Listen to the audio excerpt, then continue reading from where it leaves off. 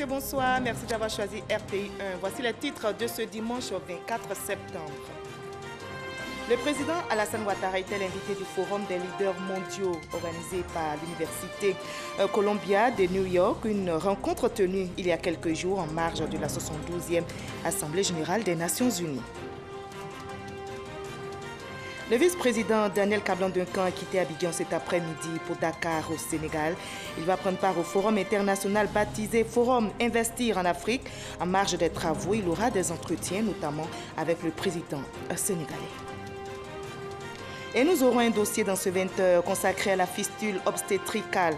En Côte d'Ivoire, des actions sont menées contre cette maladie qui détruit la vie de nombreuses femmes en Afrique. Une caravane d'opérations gratuites est initiée pour redonner le sourire aux femmes malades. Et plus loin en Allemagne, la CDU de la chancelière Angela Merkel est largement en tête des élections législatives. Les conservateurs allemands ont remporté les élections ce dimanche avec 33,5% des voix, selon les estimations. Merci de nous regarder à travers le monde. Le président Alassane Ouattara était l'invité du Forum des leaders mondiaux, forum organisé par l'Université Columbia de New York. Cette rencontre s'est tenue il y a quelques jours en marge de la 72e Assemblée générale des Nations unies. Le reportage d'Awatouri. Au programme de ce forum des leaders mondiaux, une conférence du président de la République Alassane Ouattara sur le thème « Les défis pour le succès d'une transition démographique et le développement du potentiel de l'Afrique, le cas de la Côte d'Ivoire ». Le modérateur Mamadou Diouf, enseignant, chef de département de l'Institut africain de Columbia, a d'entrée retracé la brillante carrière professionnelle du président Alassane Ouattara de la BCEAO au Fonds monétaire international où il a occupé le poste de directeur adjoint. Avant de donner un bref aperçu de son parcours politique qui l'a conduit à la tête de la Côte d'Ivoire en 2010. Mamadou Diouf a par ailleurs indiqué que le président Ouattara est considéré comme le père de la nouvelle Côte d'Ivoire émergente qui, sous son leadership, est devenue la troisième économie à la croissance la plus rapide. C'est cette riche expérience que le président de la République est venu partager avec les étudiants de l'Université Columbia de New York. We need to ensure political stability, peace and security. And Côte d'Ivoire is a clear example of this.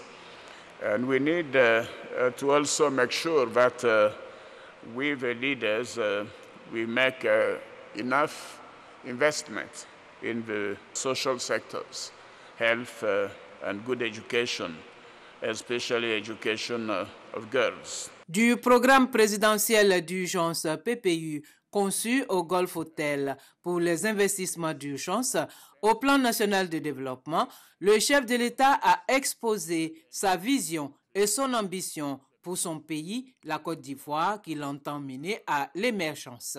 Ses priorités, la réconciliation nationale, la cohésion sociale et la relance économique.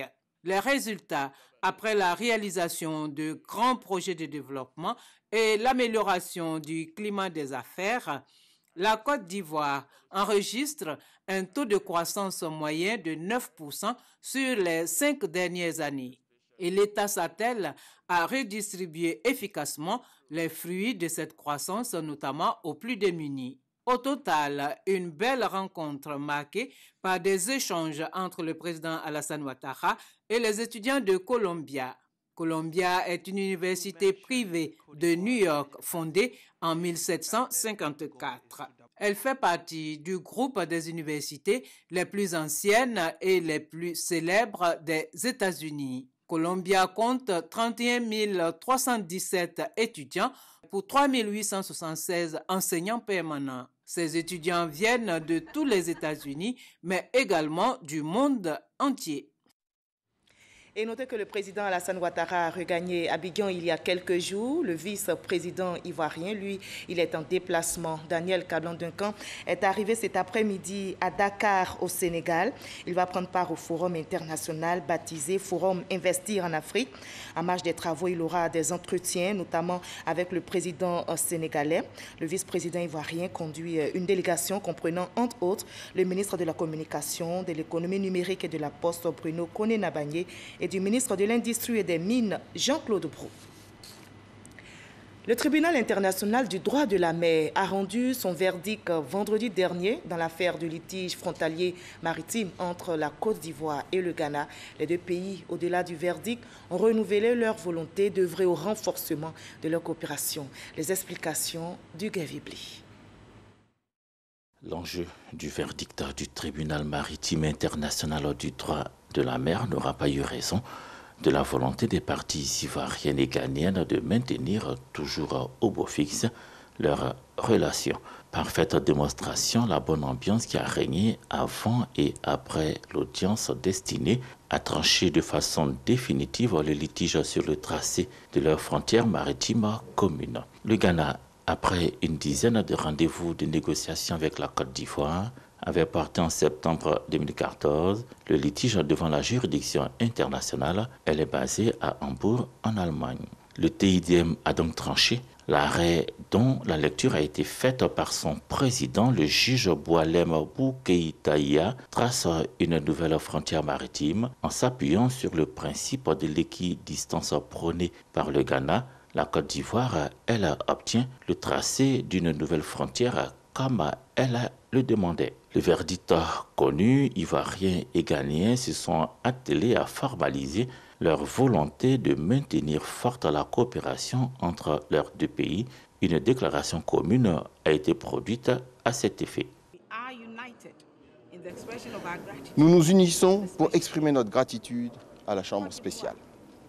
La Côte d'Ivoire et le Ghana acceptent cette décision rendue conformément au statut du TIDM.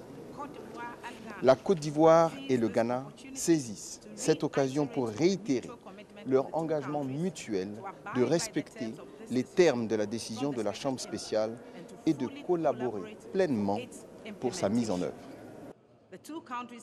Les deux pays affirment leur ferme volonté de travailler ensemble, à consolider et à intensifier leurs relations fraternelles de coopération et de bon voisinage. Vive la Côte d'Ivoire, vive le Ghana. Une déclaration commune dans la droite ligne de ce que prône le président Alassane Ouattara, une coopération toujours forte et des relations au beau fixe avec le pays frère du Ghana. Et les résultats ne se font pas attendre comme ici à Hambourg, au TIDM, où l'enjeu du verdict n'a pu avoir raison des bonnes relations d'amitié et de coopération entre la Côte d'Ivoire et le Ghana. Dans la délégation ivoirienne à Hambourg, le ministre Thierry Tano, ministre de l'Énergie, du Pétrole et des Énergies renouvelables, également plusieurs autres personnalités du monde du pétrole. Et on reste en Allemagne où la CDU de la chancelière Angela Merkel est largement en tête des élections législatives. Les conservateurs allemands ont remporté les élections ce dimanche avec 33,5% des voix selon les estimations. Un scrutin marqué aussi par une percée historique de la droite nationaliste et populiste, quasiment donc assurée d'obtenir un 4e mandat à la tête du gouvernement allemand. Angela Merkel devra faire alliance avec d'autres formations pour gouverner. Ici en Côte d'Ivoire, les fonctionnaires se sont rendus aux urnes ce dimanche pour élire les 300 délégués régionaux de la MUGEFSI, Mutuelle Générale des Fonctionnaires et Agents de l'État de Côte d'Ivoire. Dans l'ensemble, le scrutin s'est déroulé dans le calme. Les fonctionnaires, vous allez le voir, se sont mobilisés pour le vote des délégués régionaux qui sont appelés, eux, à participer à l'Assemblée Générale devant renouveler les organes de la MUGEFSI. Notre reporter Franck Quadio a sillonné quelques bureaux de vote. Plusieurs files d'électeurs, certains depuis tôt le matin venus participer à cette élection de délégués régionaux de la Mutuelle Générale des Fonctionnaires de Côte d'Ivoire. Au Collège moderne du Plateau, seul lieu de vote du district d'Abidjan, l'engouement est constaté par la délégation du Comité national d'organisation du scrutin en tournée de supervision. Ce matin, on était au PC, s'assurer que sur l'ensemble du territoire, les opérations ont commencé à l'heure, que tout le matériel électoral est disponible. Et comme nous avons la chance d'être à Abidjan, nous venons directement en personne au niveau du centre de vote, voir comment les opérations se déroulent. Et pour l'instant, c'est très satisfaisant. 31 régions et 2 districts autonomes ayant chacun un bureau de vote. Pour la région de Lamé, c'est la préfecture d'Azopé qui a été choisie pour le scrutin. Nous sommes venus un peu plus tôt après la première messe. Nous sommes rendus ici immédiatement. Ici sont concernés 6706 électeurs. Pour le président du comité électoral local, c'est un scrutin apaisé. À 11h35, le constat il est positif. Mais nous sommes à leur côté, qui pour répondre à leurs besoins divers, qui pour leur indiquer ce qu'il y a lieu de faire, à l'effet de permettre que ces élections de cette importance se déroulent dans un climat de grand calme. Scrutin apaisé et d'énormes attentes pour fonctionnaires en activité, comme ceux déjà à la retraite. Il faut qu'il y ait un changement. Bon, moi, ma femme a la tension. Elle ne prend pas papier. C'est sur moi qu'elle paie son produit. Des fois, on dit qu'il faut le code. Une femme qui n'a pas fait l'école, elle peut savoir comment on appelle le code.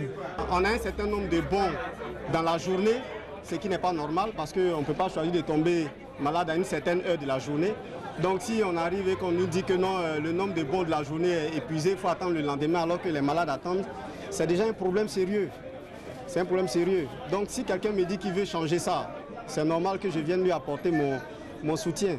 À Zopé, mais aussi à Gboville, à la préfecture, lieu de vote de l'Agnébitiassa, à 13h passées, il y avait encore des fonctionnaires venus voter. Il faut renouveler les instances qui puissent envoyer le modèle dans notre mutuelle. L'enjeu, il faut le rappeler, élire les 300 délégués régionaux qui iront choisir en octobre les futurs dirigeants du conseil d'administration de la mutuelle pour l'exercice 2017-2021. 316 324 fonctionnaires sont inscrits sur la liste électorale. Les résultats seront connus ce mardi 26 septembre. Vous n'êtes pas fonctionnaire et vous envisagez de le devenir, eh bien, si vous résidez à l'intérieur du pays, plus besoin de faire le déplacement à Abidjan pour le concours d'entrée à la fonction publique. 17 centres ont été créés cette année, ici à Abidjan et dans d'autres villes. À San Pedro, vous allez le voir, 1350 candidats sont en composition. Mais comment les épreuves se déroulent-elles et surtout comment cette déconcentration des concours est-elle perçue par les populations? Élément de réponse avec Sam Kona et Sita Soro. Depuis le 9 septembre 2017, date du démarrage des concours directs et professionnels dans la fonction publique, le lycée moderne Inagoyi de San Pedro sert de cadre aux 1035 candidats issus du Bassa Sandra. Cela grâce à la déconcentration cette année de ces différents concours. Une initiative du gouvernement saluée par les populations. Étant ici en composant, non seulement ils sont dans leur milieu, et puis il n'y a pas de problème de transport, il n'y a pas de problème d'hébergement, puisqu'ils sont déjà dans leur milieu. Bon, ça contribue à leur réussite en fait. C'était pas chaud facile. Voilà, vu que je suis à l'intérieur du pays, d'avoir même le moyen de déplacement, voilà, et puis le logement, et tout ça, c'était vraiment difficile. 75 surveillants ont été mobilisés pour le bon déroulement de ces concours, avec un pôle médical et des agents de sécurité. Pour le directeur régional de la fonction publique, San Pedro va relever les défis de l'organisation. À part quelques 2 ou 3 épreuves, toutes les épreuves se déroulent à San Pedro. Donc l'année prochaine, désormais, la population de San Pedro peut s'inscrire et composer à San Pedro. Toutes les dispositions sont prises on a les infrastructures, on a tout ce qu'il faut pour que la population soit bien reçue dans les centres. Des candidats heureux de composer dans de bonnes conditions. Je pense que dans l'ensemble, les sujets sont abordables. C'est vrai, c'est le timing qui est un peu juste, mais je pense que nous pouvons espérer de meilleurs résultats. C'est une bonne chose parce que quand tu te déplaces et tu vas à Abidjan, tu dois te trouver des tuteurs, Et puis, après, ça a retourné encore sur San Pedro. Ça génère des frais. Maintenant qu'on peut tout faire là où nous sommes, là, en tout cas, c'est intéressant comme ça.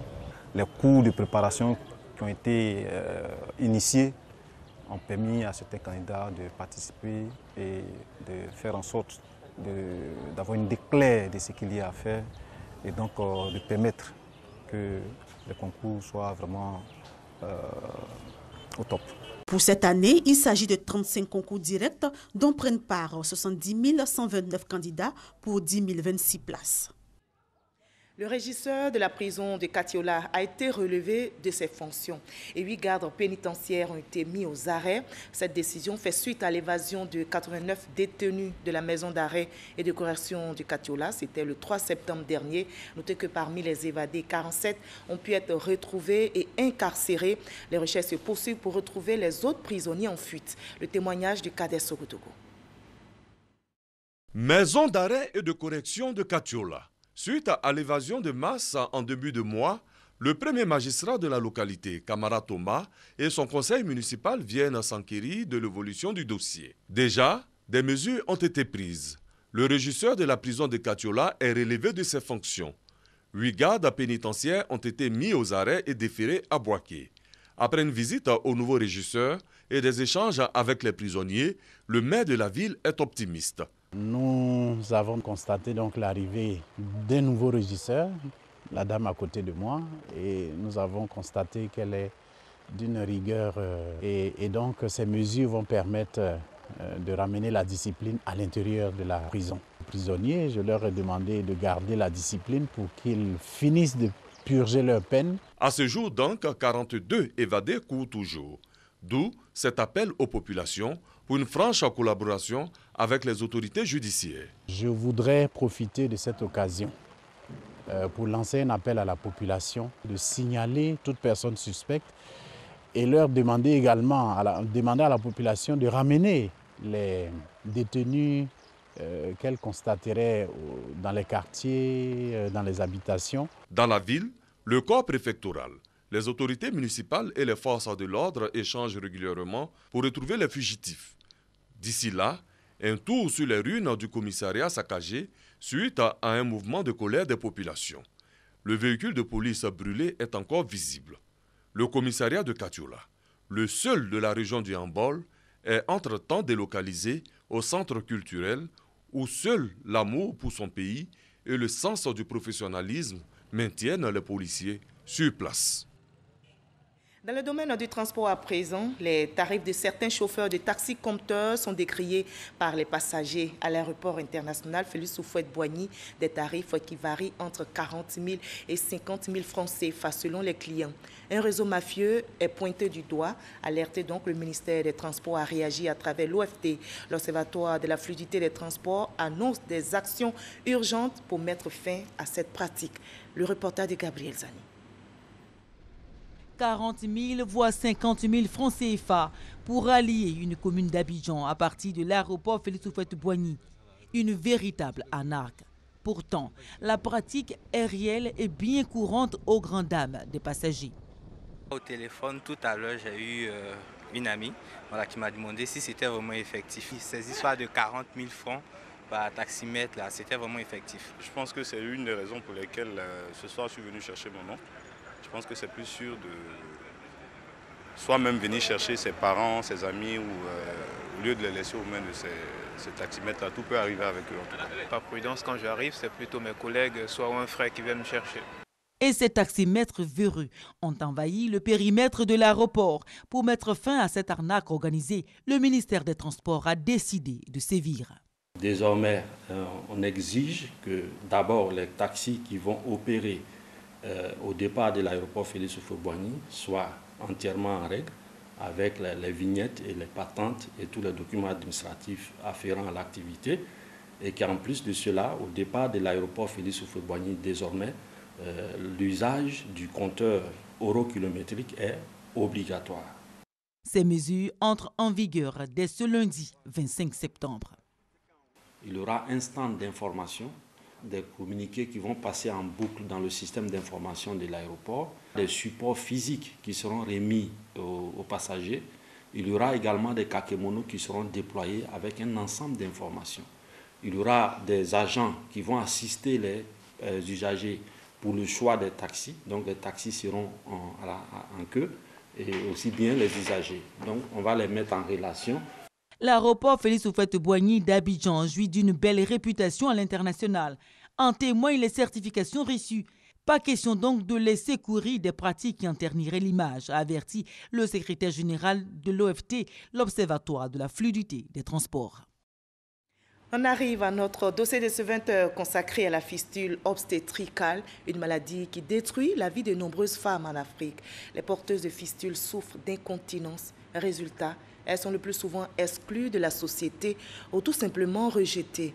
Mais heureusement que cette maladie n'est pas incurable. Ici en Côte d'Ivoire, une caravane d'opérations gratuites est initiée pour redonner le sourire aux femmes malades. Elles retrouvent ainsi leur dignité à l'issue d'une intervention chirurgicale. Serge Kolia.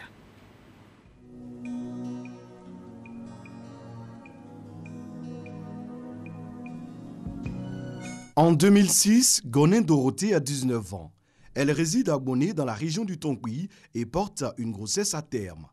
Après un travail long et douloureux, elle finit par accoucher d'un enfant mort-né. L'accouchement était très difficile. J'ai fait 3 jours et puis ils m'ont opéré. Donc depuis ce jour, je ne me suis pas retrouvée. Cet accouchement difficile lui laisse des séquelles au niveau de ses parties génitales. Cela fait 10 ans qu'elle vit un drame. La jeune femme fait régulièrement pipi au lit. Je pisse seule. Quand il pleut comme ça, là, je n'arrive pas à dormir dans la maison. Pourquoi? Parce que pipi, là, ça fesse. Même, il n'y a même pas habit sec même où je peux me coucher dedans. Tout est mouillé. Incapable de retenir urine et sel, elle est désormais la risée de tous. Je n'ai même pas de copains. Si un homme veut causer moi, mes camarades disent, c'est là, elle pisse. Il ne faut pas t'approcher à côté d'elle. Je suis rejetée. Partout où elle passe, sa réputation la précède. Maman, elle fait restaurant. Mais souvent, le jour où maman prépare là, que moi, je vais même ma dedans. Ça ne paye pas. On dit, celle qui lave couche là, celle qui pisse là, vous allez manger de sa main. Dorothée n'a jamais su qu'elle était malade de la fistule. Pour son entourage et elle, c'est un sort, une malédiction. Je ne savais même pas qu'il y avait beaucoup de femmes même comme ça là. Je ne savais pas. Je pensais que c'était moi seule seulement.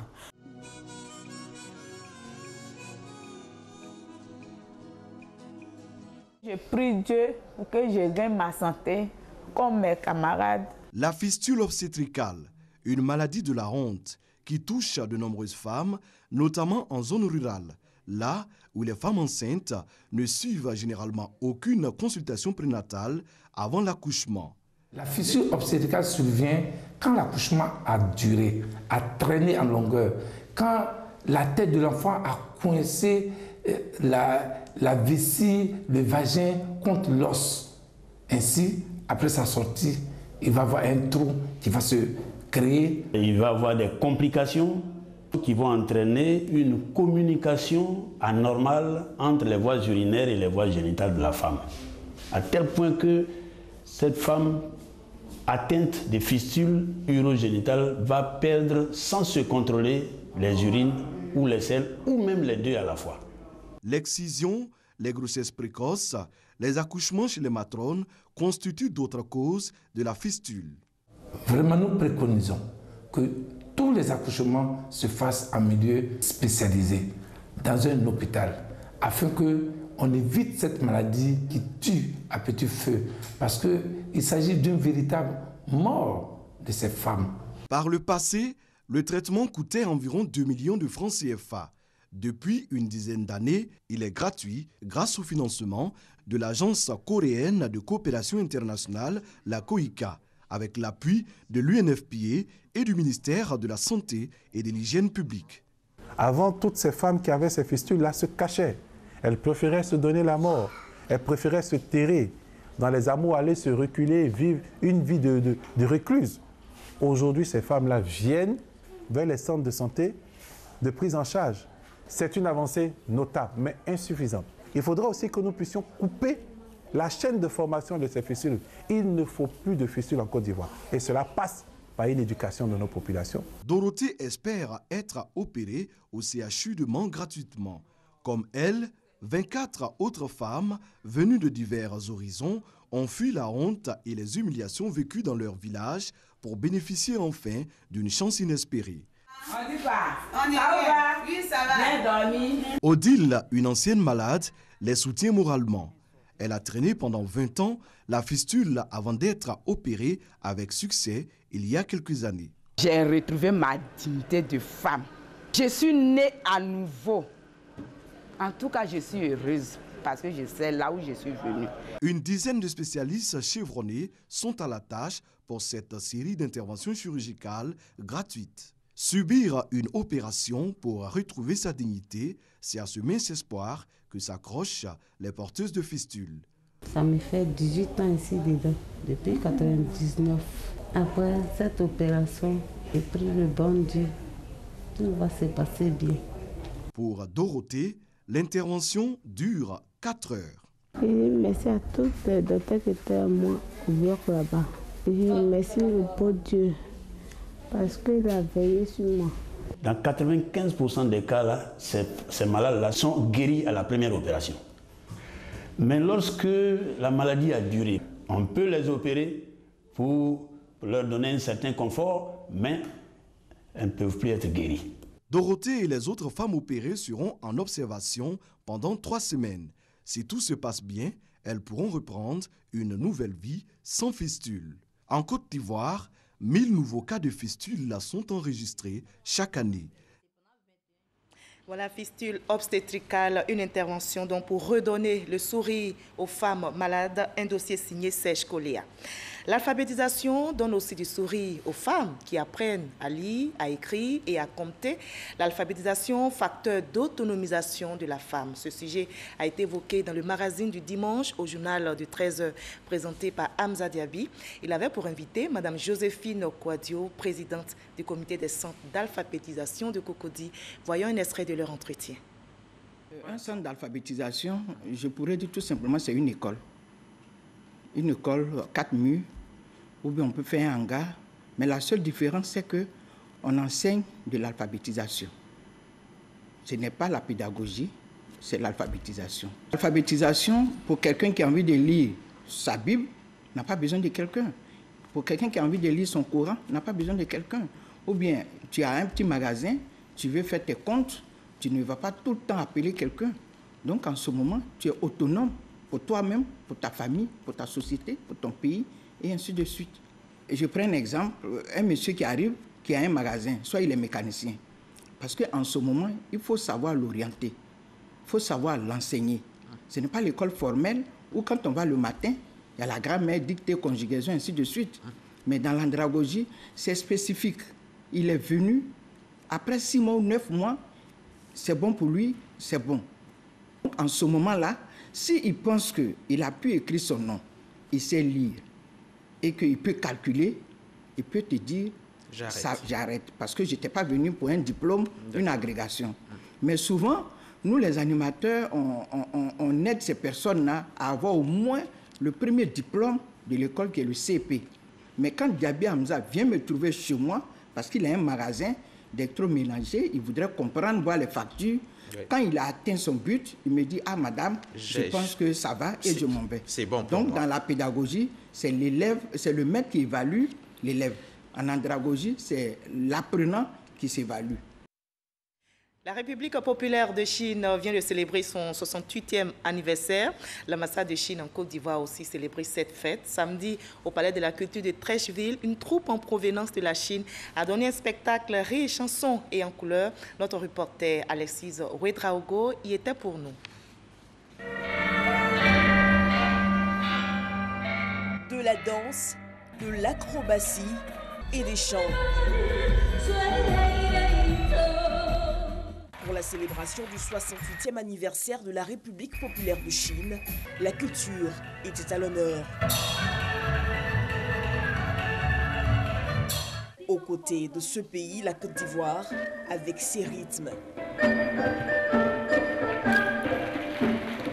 Un symbole que salue l'ambassadeur chinois Tang Weibin. La Côte d'Ivoire a une grande civilisation, la Chine a une grande civilisation. Nous avons toutes les raisons de promouvoir les échanges entre les civilisations asiatiques et les civilisations africaines, dont la Chine et la Côte d'Ivoire sont les meilleurs représentants. Pour le ministre de la Culture, Maurice Bandama, le renforcement de la coopération entre les deux pays doit se faire aussi par la culture. À l'occasion des 35 ans de coopération culturelle entre la Chine et la Côte d'Ivoire, nous entendons célébrer des manifestations culturelles aussi bien ici à Abidjan pour la partie chinoise qu'à Pékin pour la partie ivoirienne.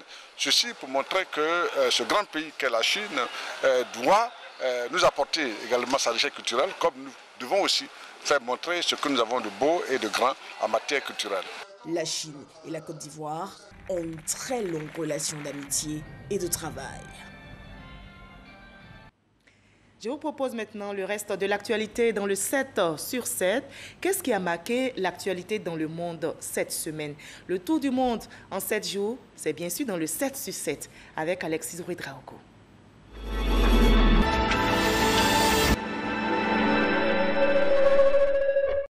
Maria, l'ouragan s'est imposé en début de semaine.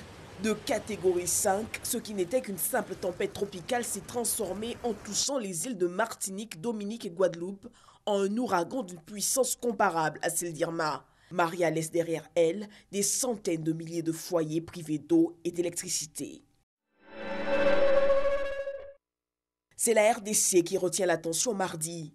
Un groupe d'opposants congolais comprenant le chef du rassemblement de l'opposition Antoine Tshisekedi et l'ex-gouverneur de la province du Katanga Moïse Katumbi réclament la mise sur pied d'une transition sans Joseph Kabila pour diriger la RDC.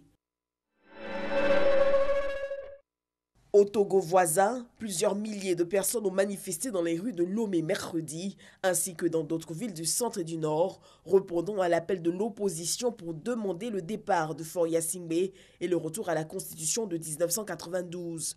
Les manifestants dénoncent le projet de révision constitutionnelle voulu par le pouvoir. Il prévoit de limiter à 2 le nombre de mandats présidentiels, mais de manière non rétroactive. 3 semaines après sa décision d'invalider les résultats de l'élection présidentielle au Kenya, la Cour suprême a rendu son jugement.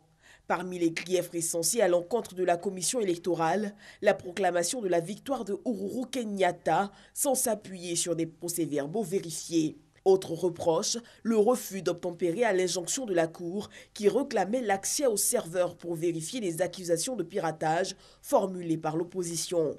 Les juges ont également noté l'absence de marques d'authentification ou de signature d'assesseurs sur de nombreux PV publiés.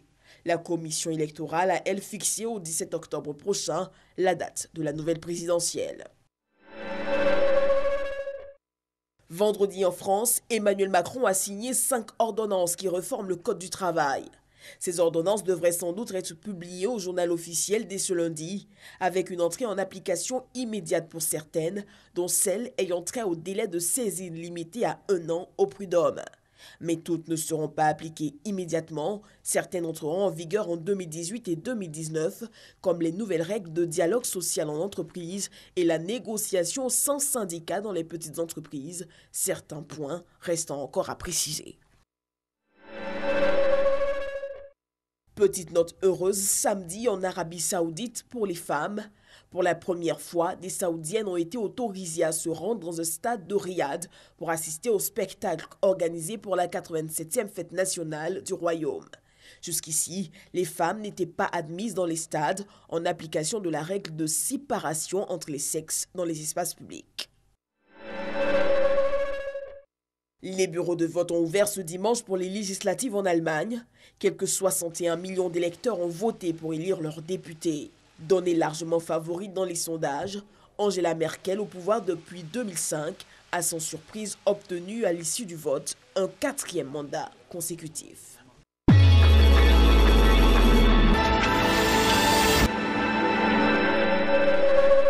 C'est 20h. Merci à vous tous de votre aimable attention. À 23h, retrouvez Maïsako pour un nouveau journal.